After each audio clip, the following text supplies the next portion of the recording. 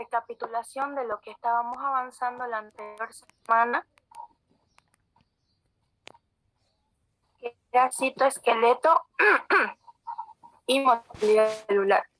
¿Quién se acuerda qué era el citosol?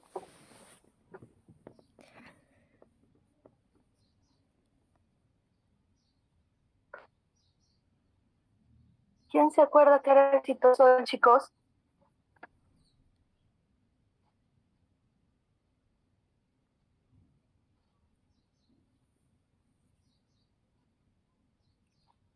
¿Recuerdan qué era el citosol?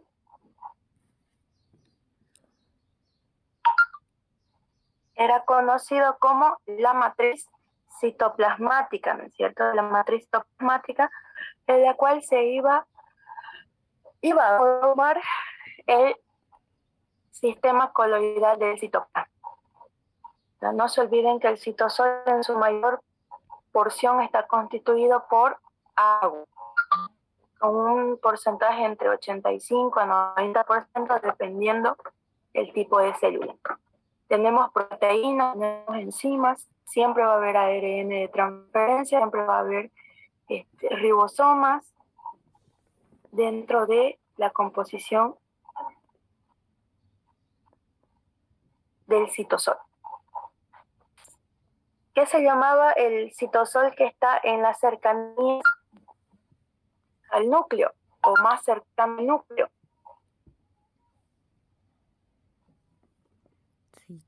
Citoplasma.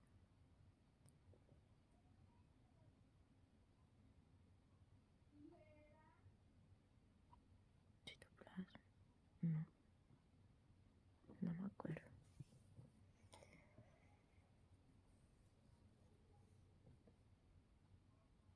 Chicos,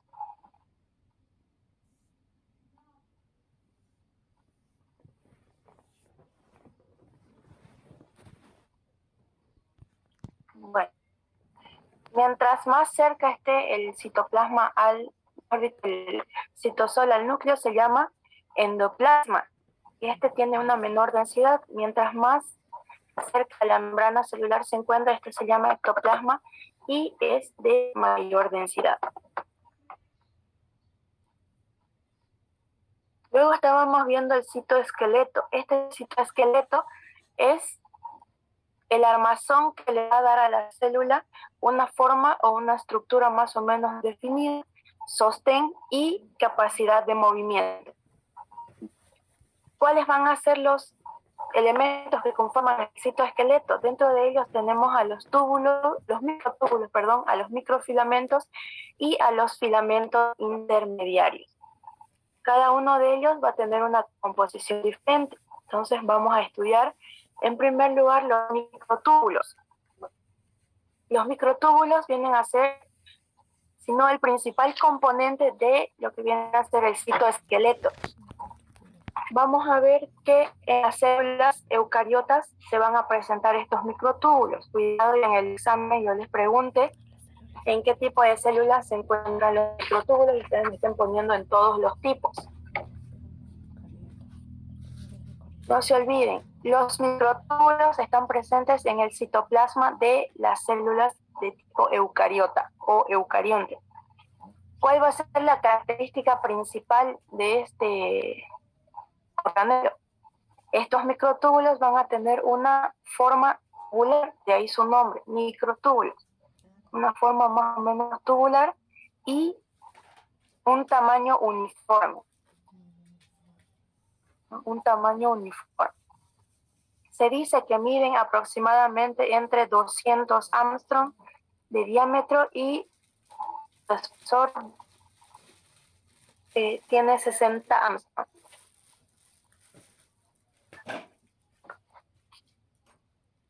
¿Alguna duda hasta aquí?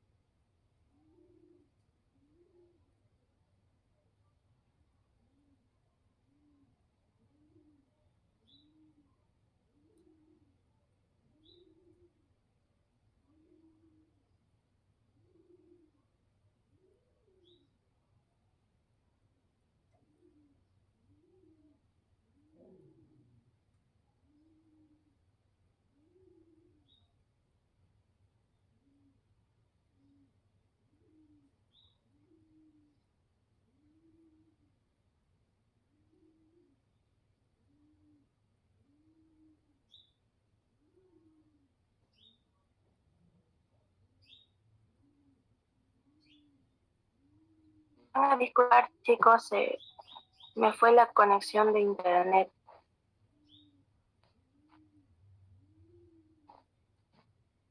¿Alguna duda hasta aquí sobre los microtúbulos?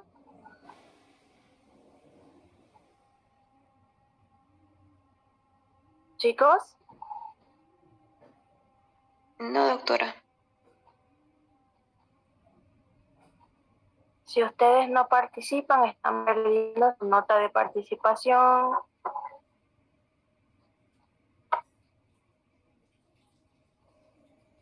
Bueno, entonces, continuando, ¿se puede ver la pantalla? Sí, se ve. Se ve. Bien, entonces, contando con los microtúbulos, no se olviden de eso, por favor. Estos microtúbulos se van a encontrar en células de organización eucariota, no así en las procariotas. Estos microtúbulos tienen la capacidad de formar estructuras estables que le van a brindar a la célula capacidad de movimiento, como los cilios, los flagelos y los centriolos cuando la célula va a realizar su proceso de división.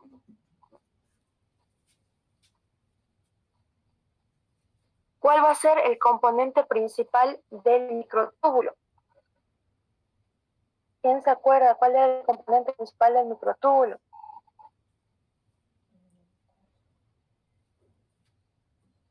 Una proteína llamada tubulina. Esta proteína llamada tubulina va a ser el principal constituyente o el principal formador de los microtúbulos. Tenemos dos proteínas globulares, las cuales son la alfa-tubulina y la beta-tubulina. No se olviden eso en el examen, por favor. Tenemos dos tipos de tubulina. La primera viene a ser la primera proteína, es la alfa-tubulina, y la segunda viene a ser la beta-tubulina.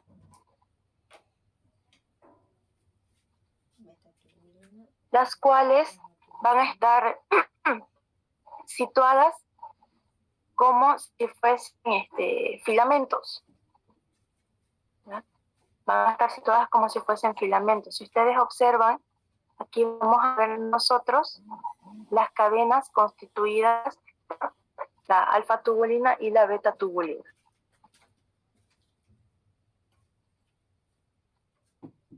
La alfa-tubulina y la beta-tubulina constituirían subunidades proteicas.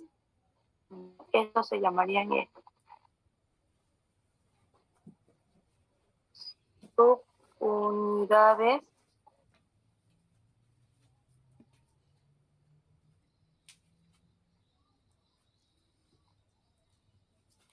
proteicas.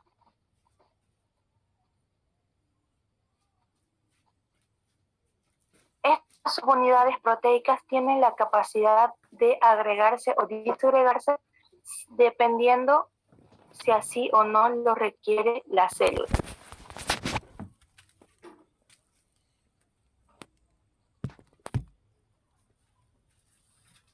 Ahora bien, la presencia de los microtúbulos en la célula puede verse alterada, puede verse dañada si nosotros agregamos al medio una sustancia llamada colchicina.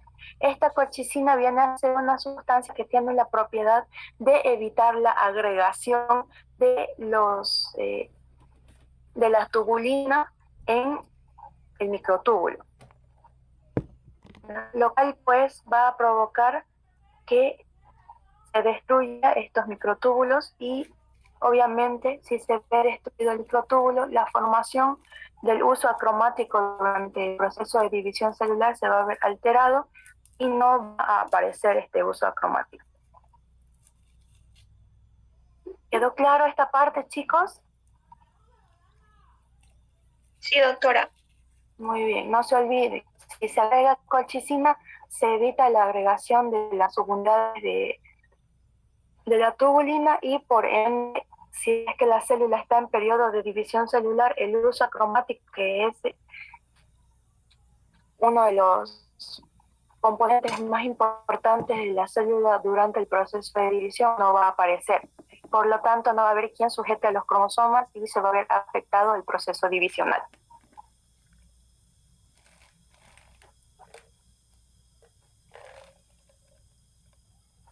Entonces, si no hay preguntas, continuamos. ¿Cómo se llama la proteína presente en los microtúbulos? Tubulina. Muy bien, tubulina. ¿Ya? ¿Cuál va a ser el origen que tienen los microtúbulos? El origen que presentan los microtúbulos van a ser los centriolos y los cuerpos basales. Equivale a decir que los microtúbulos se van a originar a partir de estos otros dos elementos, centriolos y cuerpos basales. Funciones de los microtúbulos. ¿Qué funciones van a cumplir los microtúbulos? Tenemos diversas funciones, dentro de ellas una función mecánica, ya que va a constituir el armazón de la célula. Vamos a tener la función de morfogénesis, ya que, como les mencioné, al tener el armazón de la célula también obviamente le va a dar una forma más o menos definida. Tenemos la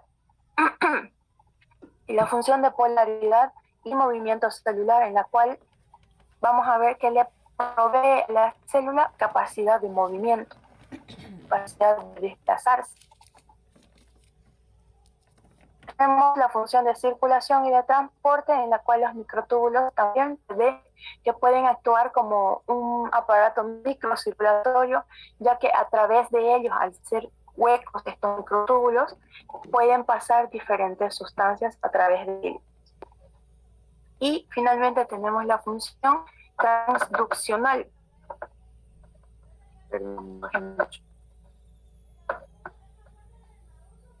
Función transduccional o de transducción sensorial nos dice que hay una relación entre la transducción y la captación de la célula a los diferentes estímulos. Todas estas funciones ustedes las van a investigar como tarea. Todas estas funciones ustedes le van a buscar su definición o su concepto como tareita. ¿Alguna duda hasta aquí? No.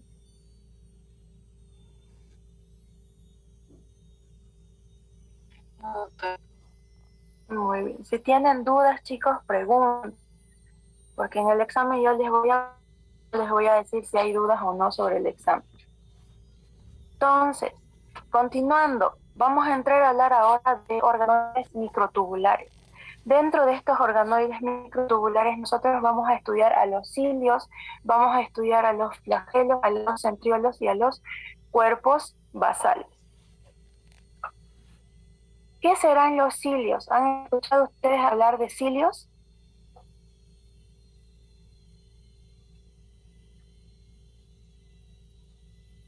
Los cilios son un tipo de bacteria. ¿Qué definición me podrían dar de los cilios?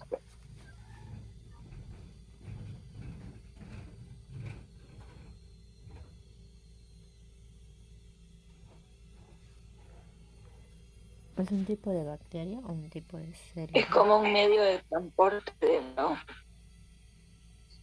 de los microorganismos. Ya puede ser, sí, constituyente o es uno de los medios de transporte que tienen las células. ¿Qué más podemos decir nosotros de los cilios? Son aquellos que surgen de la superficie de diversos tipos celulares. Muy bien, que surgen de lo que vienen a ser diferentes tipos de células. ¿Qué más podemos decir nosotros?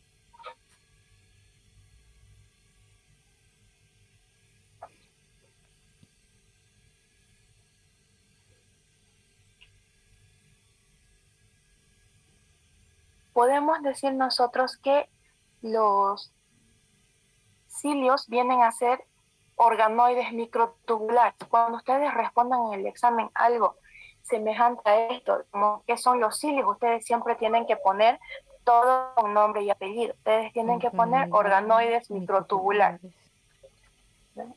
Entonces les ponen organoides microtubulares, los cuales tienen una proyección hacia el medio ambiente.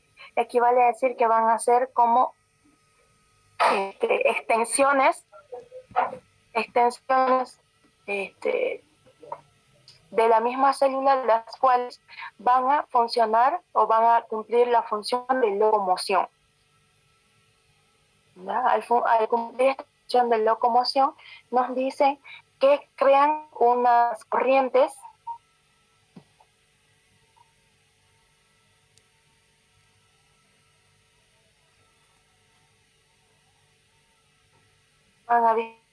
crean unas corrientes en el líquido que las rodea y gracias a estas corrientes que generan, la célula puede realizar un desplazamiento.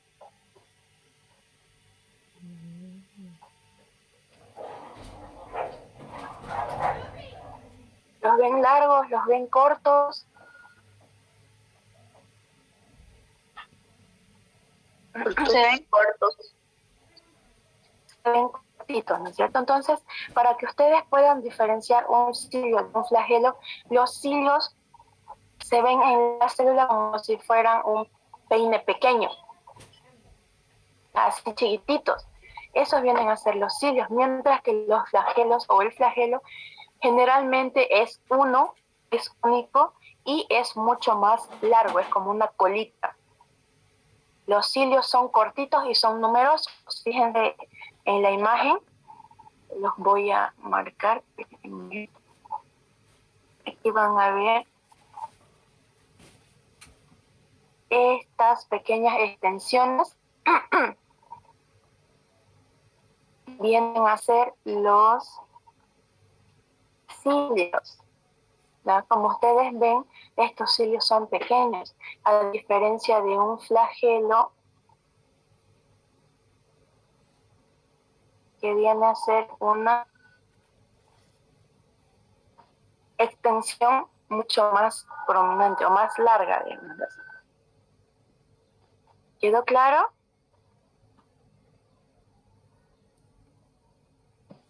Sí, doctora. Muy bien. Entonces no se olviden de eso, por favor. Son formaciones microtubulares o son organoides microtubulares cortos, los cuales se van a proyectar o prolongar hacia el medio extracelular.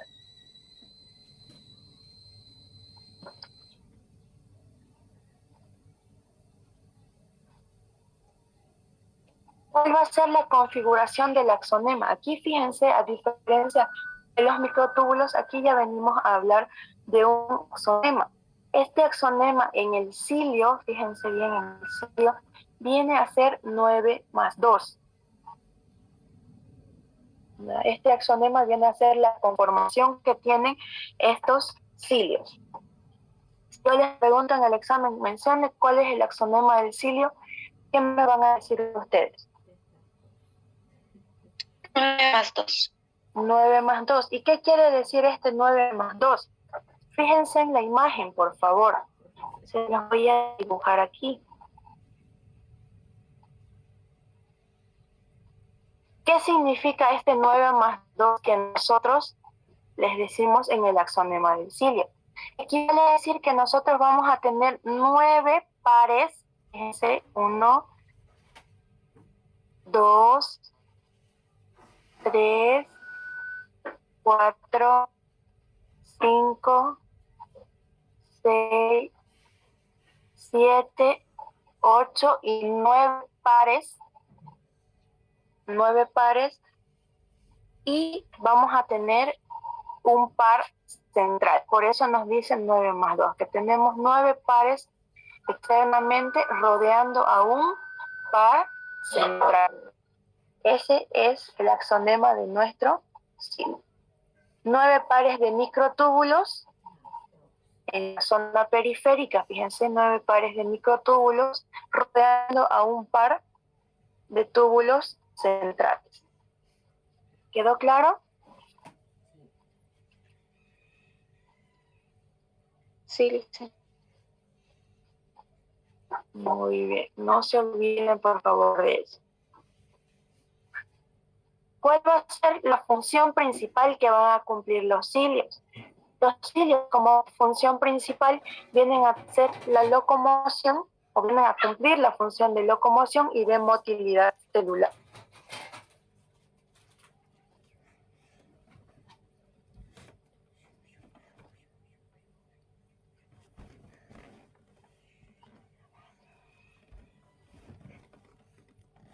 Ahora nos vamos a hablar del flagelo. ¿Ven la diferencia entre el cilio y el flagelo? Fíjense la imagen que tenemos en la presentación. Los flagelos van a ser mucho más largos que los cilios. Antes de pasar a los flagelos, me olvidaba mencionarles sobre el aparato ciliar. En este aparato ciliar vamos a ver nosotros que está constituido por 3 componentes esenciales. El primero viene a ser el cilio. El cilio, no se olviden que es la prolongación cilíndrica que se proyecta desde la célula hacia el medio extracelular. Luego tenemos el cuerpo basal. Este cuerpo basal viene a formar uno de los componentes microtubulares. Y finalmente tenemos la raíz del cilio. Esta raíz del cilio son estructuras que pueden estar presentes como también no pueden estar presentes. En este caso, en el cilio van a actuar como verdaderas raíces o finas fibras que van a extenderse desde el núcleo celular hacia lo que viene a ser el cilio.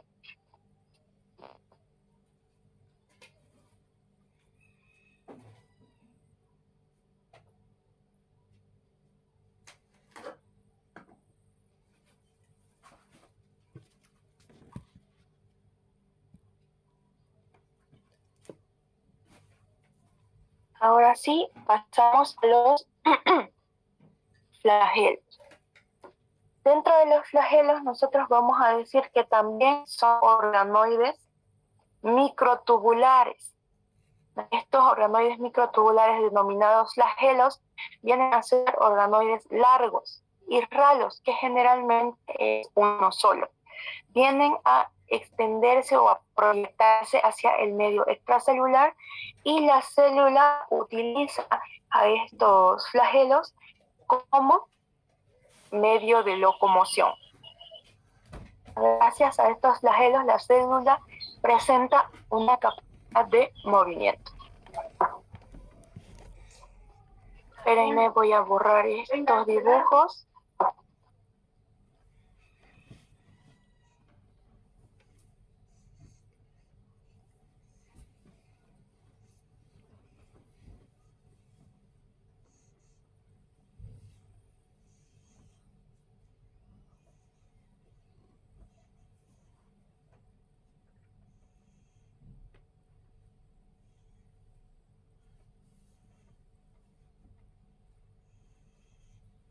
¿Alguna duda sobre los flagelos?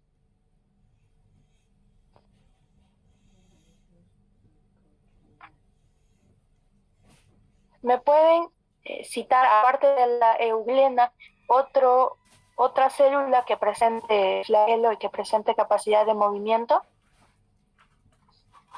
El espermatozoide. Muy bien, el espermatozoide. Entonces, para que ustedes vean, estos organoides microtubulares le van a brindar a la célula una capacidad de movimiento. ¿Vieron ese día las euglenas cómo se movían, ¿no es cierto?, en el agua estancada?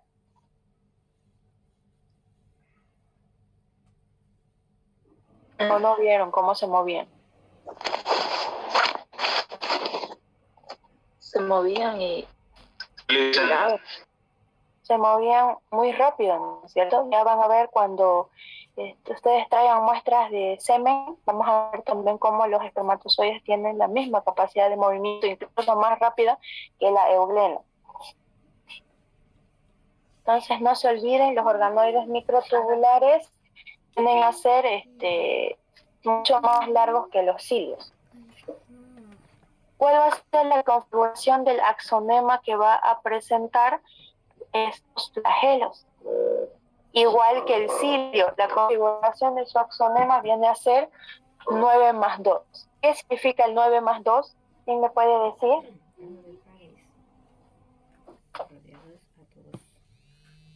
¿Qué significa el 9+2? 9 pares, formada por 9 pares y un par. 9 pares y un par en el medio. ¿Ya? ¿9 pares de qué? ¿9 pares de qué? De túbulos. De microtúbulos, 9 pares de microtúbulos rodeando un par de túbulos centrales. Esa viene a ser la configuración del axonema que presentan los flagelos. Disculpe, doctora, ¿eso es un corte de flagelo? Exactamente, un corte transversal vendría a ser. Ah, ya. Y aquí vemos nosotros la configuración de este organelo, que es 9 más 2. 9 pares de microtúbulos, ¿serán internos o externos? Externos. Externos, en la parte periférica, rodeando a un par central. ¿Qué función le podemos dar nosotros a los flagelos? ¿Qué función cumplirán los flagelos? Locomoción o motilidad celular. En las euglenas, ¿qué les da movimiento? Su flagelo, ¿no es cierto? Entonces, no se olviden, tanto el cilio como el flagelo le brindan a la célula la capacidad de locomoción, la capacidad de movimiento o motilidad celular.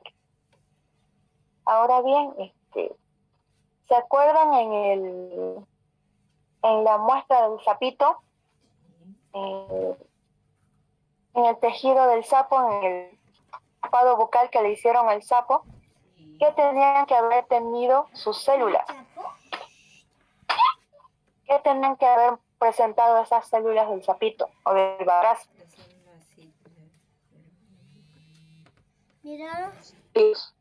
Cilios, ¿no es cierto? Entonces, como ustedes ven, estos cilios se encuentran en numerosos tipos de células, incluyendo las células de tipo animal. ¿Alguna duda hasta aquí, chicos? ¿Alguna pregunta? Antes de pasar a los centriolos.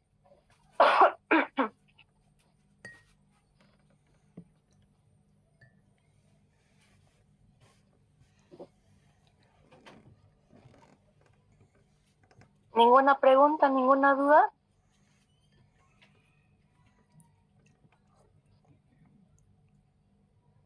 Bueno, si no hay dudas hasta aquí, vamos a continuar con otros organoides microtubulares llamados centriolos. Estos centriolos vienen a ser organoides microtubulares huecos que van a aparecer únicamente cuando la célula entra en proceso de división o cuando la célula inicia la división celular. Entonces, no se olviden, eso por favor es de gran importancia para que ustedes puedan diferenciar los tipos de organoides microtubulares. Los centriolos únicamente hacen su aparición en el momento de la división celular. Más antes o más después de la división, ustedes no van a poder apreciar a los centriolos. Si ustedes observan a estos centriolos, van a estar constituidos por astes y obviamente el mismo centriolo.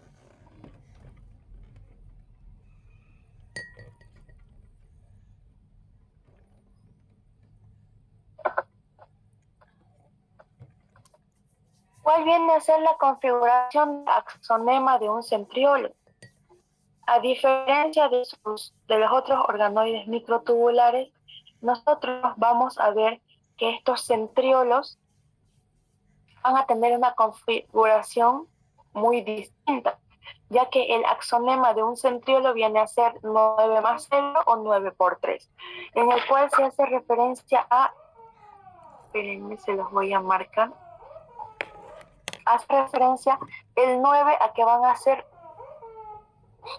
igual que en los anteriores casos, 9, pero tripletes de microtúbulos en la zona periférica. Fíjense, si nosotros contamos todos los tripletes de microtúbulos, van a ser en total 9. Pero fíjense la diferencia, aquí no tenemos ningún par central. Por eso la configuración viene a ser 9 más 0, ya que no tenemos presencia de un par central, o 9 por 3, ya que en este caso del centriolo tenemos 9 tripletes de microtúbulos en la zona periférica. ¿Quedó clara la diferencia entre los otros axonemas que vimos y el axonema del centriolo? Sí, doctora. Muy bien. Entonces,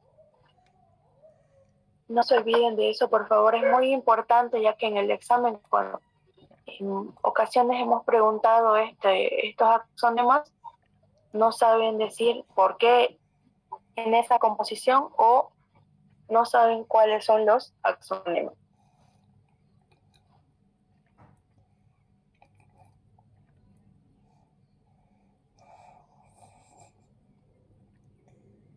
Bueno, entonces vamos a continuar con la función del centriolo. La función del centriolo viene a ser la conformación de un elemento muy importante al momento de la división celular, la cual viene a ser la formación del uso acromático, ¿no? Y obviamente la formación de microtúbulos, los cuales van a completar este uso acromático.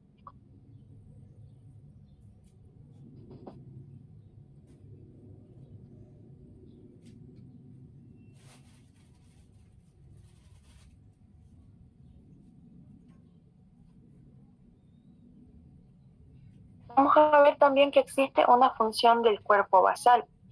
Esta función del cuerpo basal, viene a ser dar origen o originar a cilios y también a flagelos. Chicos, si se corta el tiempo de Zoom, por favor vuelven a ingresar con el mismo enlace.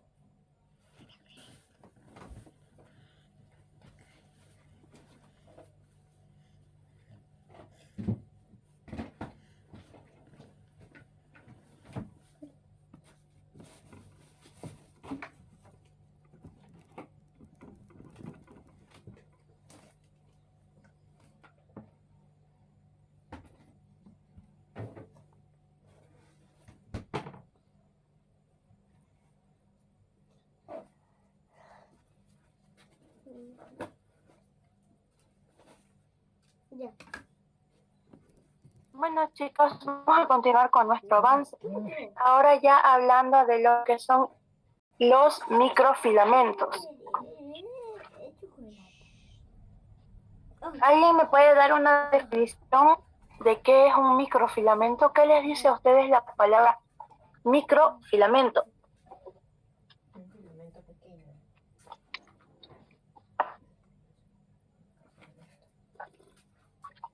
¿Qué será un microfilamento?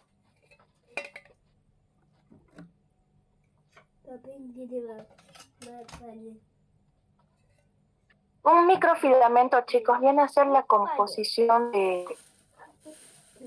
viene a ser, mejor dicho, unas finas fibras de proteína. Como su nombre lo dice, micro quiere decir pequeño. En este caso son filamentos muy delgados de proteínas que son globulares. Sus medidas más o menos nos dice que tienen entre 3 a 7 nanómetros de longitud, de diámetro.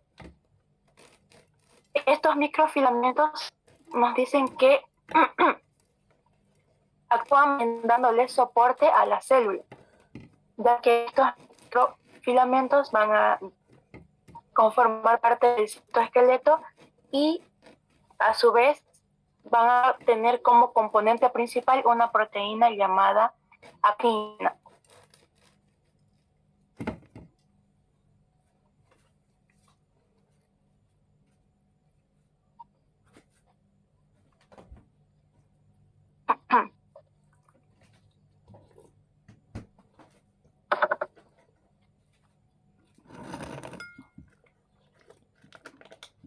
En algunas literaturas también van a encontrar ustedes que menciona que en estos microfilamentos hay la presencia tanto de actina como miosina.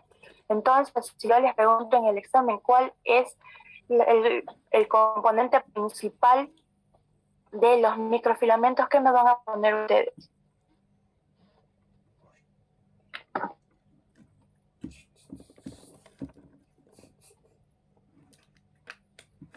Actina o miosina. No, actina y miosina. Ambas, por favor.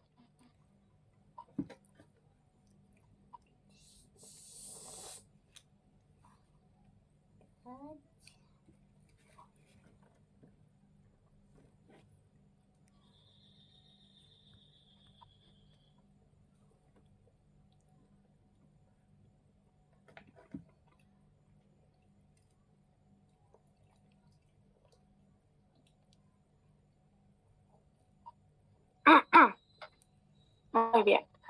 Entonces, no se olviden, las proteínas principales o los constituyentes proteicos principales de los microfilamentos vienen a ser la actina y la miosina.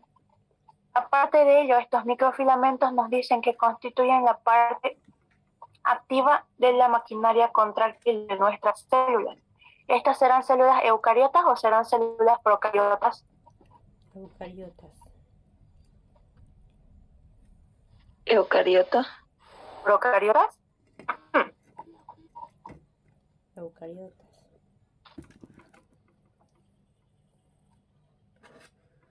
¿Células procariotas o eucariotas? Eucariotas. Eucariota. Muy bien, eucariotas. ¿No? Perfecto, células eucariotas. Entonces, nos dice además que estos microfilamentos también, al igual que los microtúbulos, tienen la capacidad de agregarse o disgregarse dependiendo del pedido de la célula. Equivale a decir que si el citoplasma está menos viscoso, ellos se van a agregar. Si el citoplasma está más viscoso, se van a disgregar. Eso dependiendo así a la necesidad que presentan las células. Entonces, también tenemos que saber que hay sustancias que van a alterar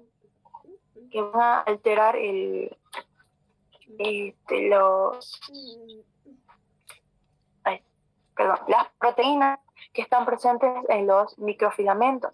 En este caso, van a ser una sustancia llamada citocalacina B. Esta citocalacina B puede evitar que estos microfilamentos se agreguen, ocasionando vendría a decirse ¿cómo les explico más fácil? O sea, evitando que se agreguen los microfilamentos. Si ustedes se fijan en la imagen, ¿qué aspecto le dan estos microfilamentos a la célula o al citoplasma? Vendremos a decirlo.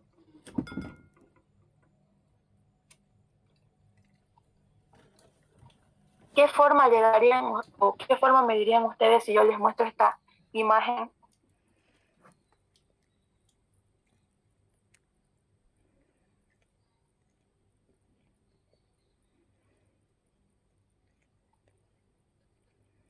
Como una especie de enmallado o enrejado, ¿verdad? Entonces, cuando nosotros agregamos esta sustancia llamada citocalacina B, lo que va a suceder es que impide la formación y la acción de estos microfilamentos. Es decir, que este enmallado o este enrejado que ustedes ven aquí no se va a formar. Por ende, la célula va a perder tal vez su forma, va a perder sus diferentes capacidades que le brindan estos organoides. ¿Quedó claro? Sí. Sí. ¿Algo que no hubiesen entendido hasta aquí?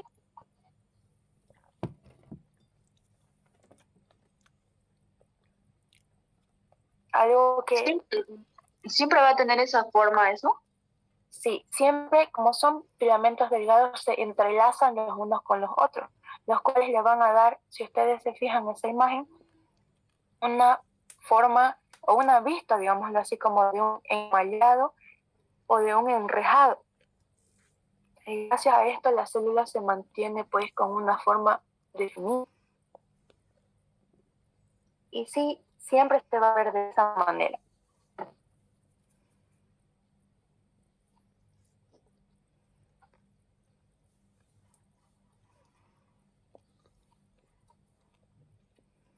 Entonces, no se olviden, por favor. Si no hay más dudas, vamos a continuar. Las proteínas presentes y las más importantes de un microfilamento vienen a ser la actina y la miosina. Ambos, por favor, actina y miosina. Son los constituyentes principales, en este caso constituyentes proteicos principales. Dentro de los componentes también vamos a encontrar nosotros a otros tipos de proteínas asociadas, como ser las proteínas de clase 1. Estas proteínas de clase 1 vienen a ser un tipo de proteínas que va a favorecer la formación de uniones transversales entre los filamentos de actina. Entonces, cuando nosotros vemos que estas proteínas de clase 1 están cumpliendo su función, vamos a ver el citoplasma mucho más viscoso. Luego tenemos las proteínas de clase 2. Estas proteínas de clase 2 tienen la capacidad de cortar los filamentos de actina. Si se cortan los filamentos de actina, entonces vamos a ver que existe una disminución de la viscosidad del citoplasma. Y finalmente tenemos las proteínas de clase 3, que estas van a ser proteínas las cuales van a reducir a sus componentes moleculares a los microfilamentos. Entonces, como ven, todas estas proteínas van a estar presentes dentro de la composición de un microfilamento. ¿Quedó claro? Sí.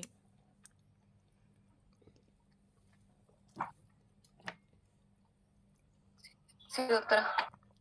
Muy bien. Entonces, vamos a ver nosotros que como funciones de los microfilamentos, vamos a ver que estos microfilamentos, gracias a la miosina, intervienen en los procesos de contracción. ¿Quiénes realizan el proceso de contracción? Los músculos. Los músculos. Entonces, esta miosina la vamos a ver también, o más que todo, en células de tipo muscular. ¿Quién me dice cómo se llaman las células musculares? Miocitos. Miocitos, muy bien. Mio de músculo y cito de célula. Miocito. Al tener actina y al tener miosina, pues van a proporcionar una rigidez a lo que viene a ser el citoplasma. Vamos a ver que también intervienen en la locomoción celular. Vamos a ver que producen, al igual que el resto de los organoides, producen corrientes citoplasmáticas, y la función principal al brindarle, al presentar la forma de enrejado o enmallado, viene a ser proveerle una estabilidad en la célula. Esas vendrían a ser las funciones que presentan estos Túbulos, no, microfilamentos.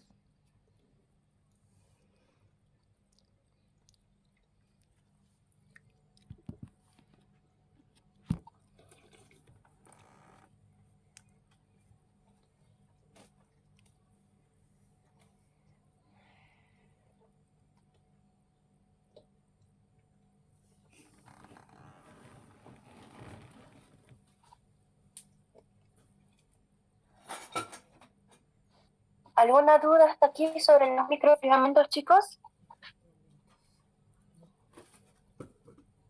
¿Algo que no hubiese quedado claro y quieren que les vuelva?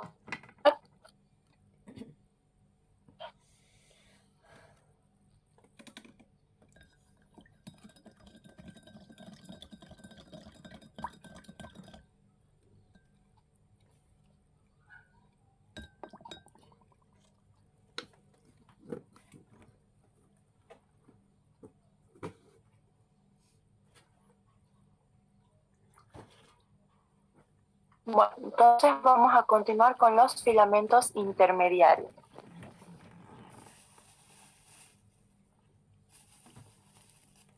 ¿Entienden ustedes por filamentos intermediarios? ¿Qué les dice este nombre de filamentos intermediarios?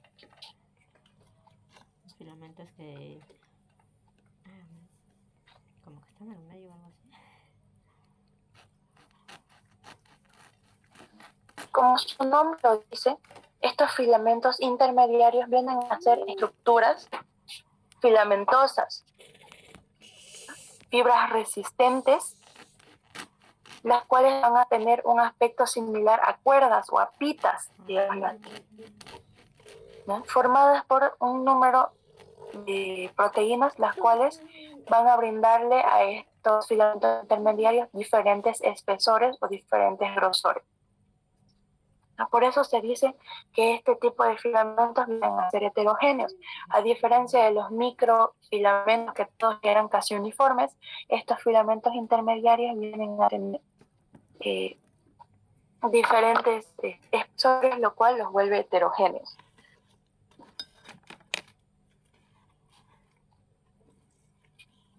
Entonces, vamos a ver también que desde el punto de vista de sus propiedades, pueden clasificarse en diferentes grupos. Dentro de esta clasificación vamos a tener a los tonofilamentos, neurofilamentos, filamentos gliales y filamentos heterogéneos. Dentro de estos tonofilamentos vamos a ver que son denominados también filamentos de queratina.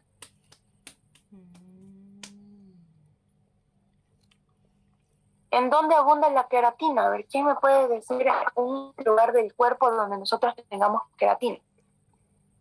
En el cabello y Cabello y uñas. En el cabello, uñas, ¿no es cierto?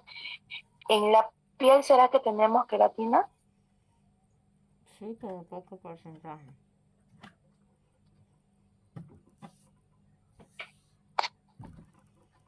¿Tendremos queratina nosotros en nuestra piel?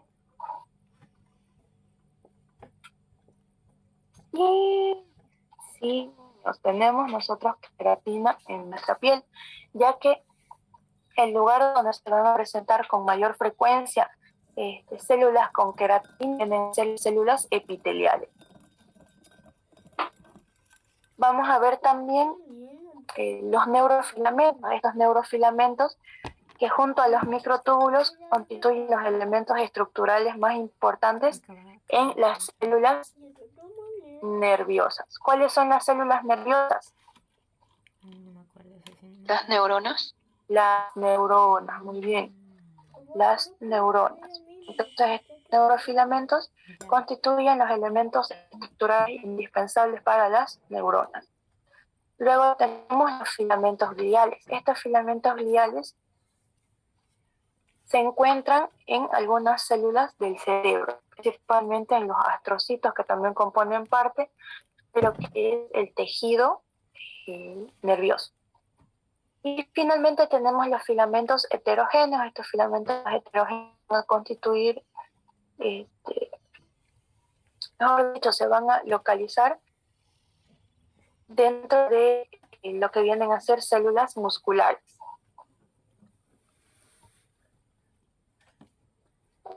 Las proteínas que van a constituir estos filamentos intermediarios se denomina proteína filamentosa intermediaria. Ese viene a ser el principal componente de las proteínas, proteína filamentosa intermediaria. Pásame papel. Ahora bien, existe una teoría o así un estudio que nos dice estos filamentos intermediarios, cuando la célula entra en lo que es el proceso de división celular, estos filamentos intermediarios desaparecen hasta que termine o que concluya la división celular, donde nuevamente realizan su aparición. ¿Hasta aquí alguna duda, chicos? ¿Alguna pregunta?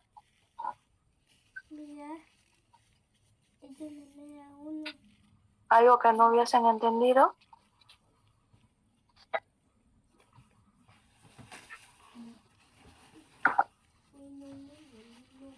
¿Todo claro hasta aquí?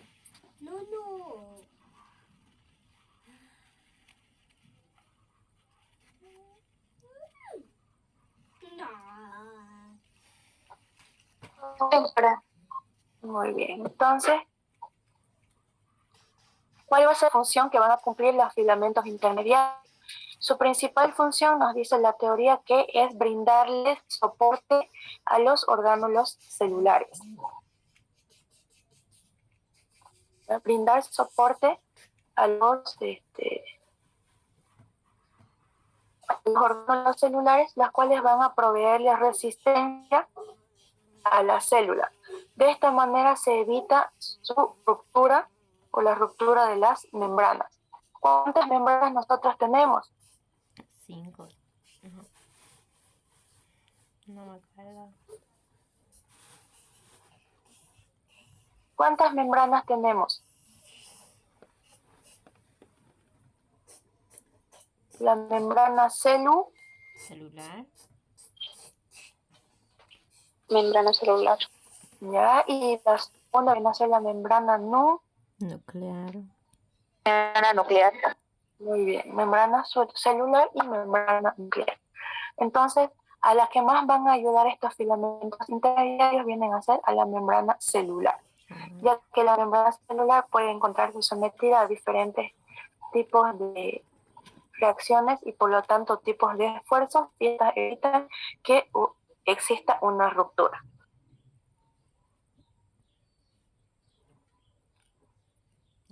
Entonces, por último, nosotros vamos a hablar ahora de lo que es la motilidad celular.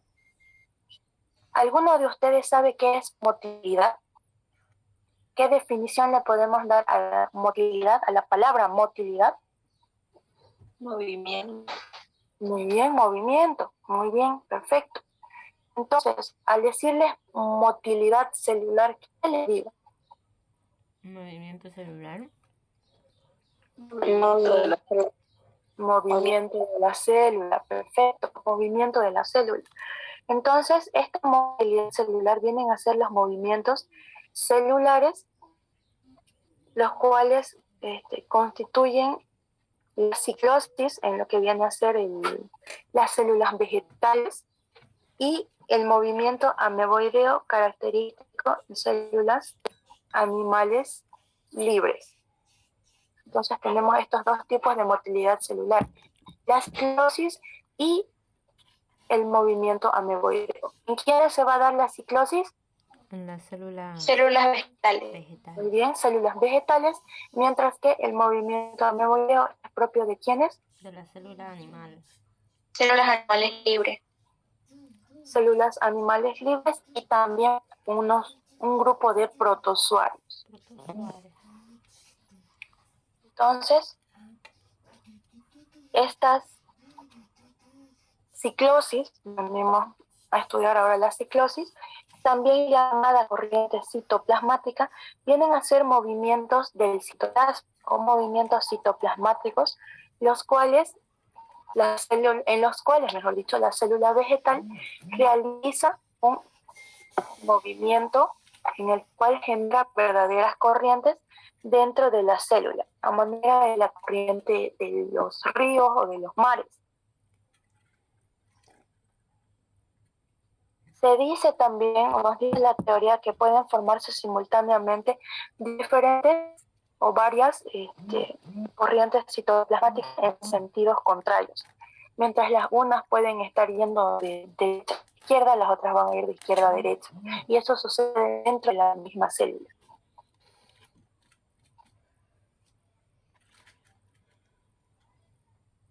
¿Qué pasa cuando la célula vegetal realiza esta ciclosis? Nos dice que estas corrientes van a arrastrar o van a mover sales, van a mover iones, van a mover proteínas u otro tipo de moléculas que se encontrarán dispersas en el citoplasma. Entonces, realiza esta, o con qué finalidad vamos a realizar la ciclosis, con la finalidad de esparcir lo más o distribuir lo más equitativamente posible todas estas sustancias en todo el citoplasma celular.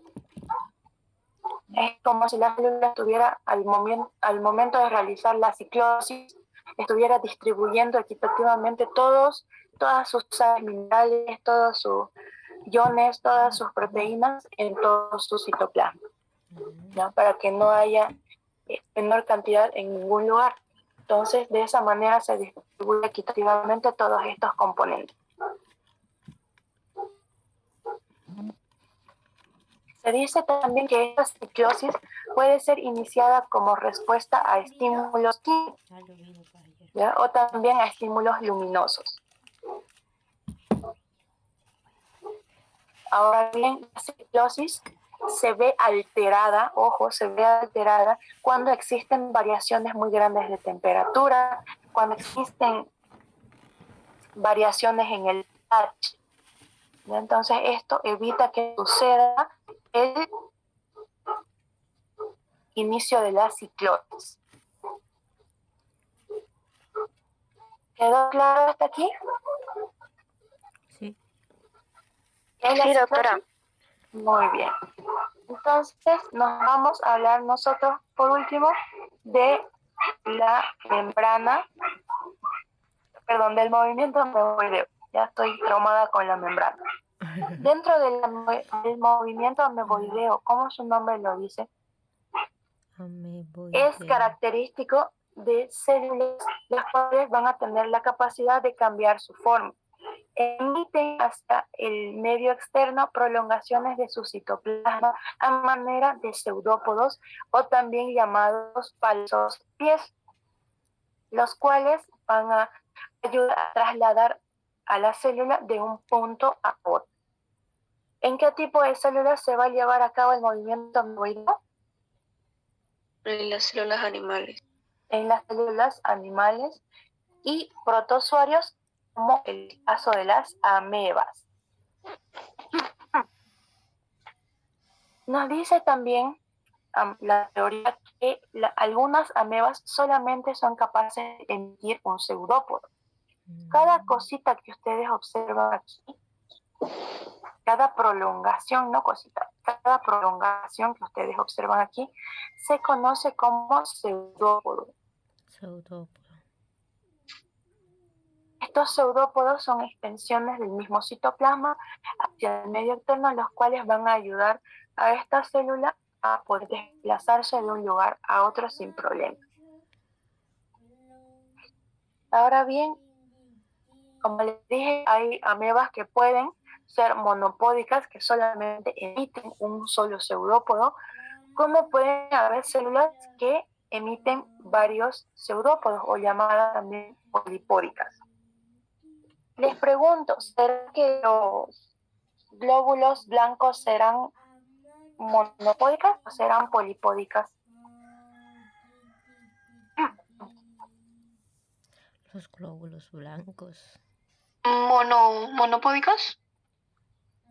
En algunos casos se ha visto que pueden emitir varios glóbulos blancos. Entonces polipódicas. Pero como en el área de salud nunca 2 más 2 es 4, también se han visto casos en los que emiten un solo pseudopie. Así que ambos. Puede ser mono o puede ser poli. Eso vendríamos nosotros a hablarlo sobre el movimiento ameboideo. No sé si hay alguna duda o alguna pregunta hasta aquí. No. Pódicas. con esta última parte nosotros habríamos terminado el tema número 3, que viene a ser o a denominarse motilidad celular, citoesqueleto y motilidad celular. No se olviden, por favor, la siguiente clase, que vale a decir, el siguiente miércoles estaríamos revisando tema 2 y tema 3, por favor, en sus tareas. Les repito para que no digan no nos dijo. Ok. Tema 2 y tema 3 van a ser revisados la siguiente clase. A los que faltaron que les revise ayer, por favor, ustedes se ponen de primero y me dejan sus cuadernitos y sus guías en el mesón y voy a ir corrigiendo para que así no nos atrasemos. Está bien. No sé si hay alguna duda o alguna pregunta hasta aquí.